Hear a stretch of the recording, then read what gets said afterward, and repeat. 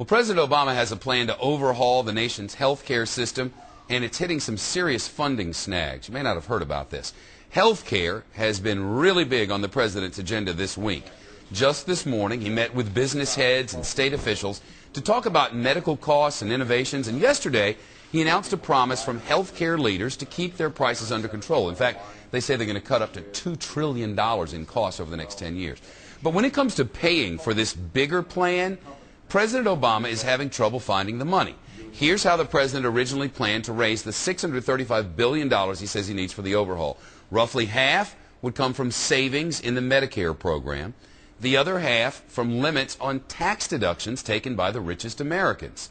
But the recession has taken a $51 billion chunk out of that tax portion of the pie. Now the president is considering changes to inheritance and other taxes to make up the difference. We're told that money would come from the richest 0.3% of all Americans, but the president may not get much support for that either.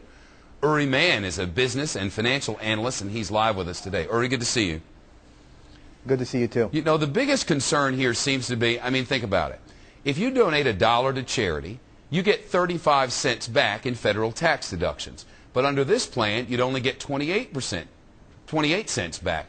And that has a lot of people concerned that charitable organizations, faith-based organizations and otherwise, that do such great work for people who really need help, will have less money. Yeah, well, you know, if you look at it from a mathematical standpoint, you're 25% more likely to donate money under the current plan than under the new plan. You know, but, you know, having said that, people still get a warm and fuzzy feeling from donating to charity, Sure. So there's not a direct one-to-one correlation. And then there's this issue of the death tax or inheritance benefits. A lot of money would now be taxed to make up this difference when you bequeath things to those who are left behind. That's something that at least one side of this equation has been up in arms about for years. Yeah, you know, a lot of people's concern, you know, if you're a sole proprietor and you're giving your business to your kids, you have to be concerned, you know, what are they going to do to pay for the taxes in terms of the value of the business that you give them.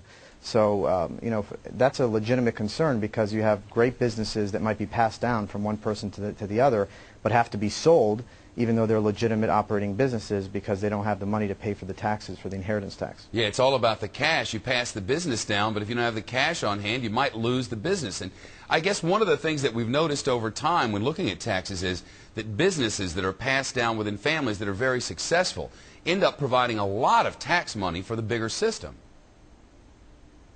Absolutely. The tax dollars generated from businesses, you know, generally second-hand businesses that are passed on from one generation to another, you know, the first time they're passed down, they become much more significant businesses in the hands of the second part of the family.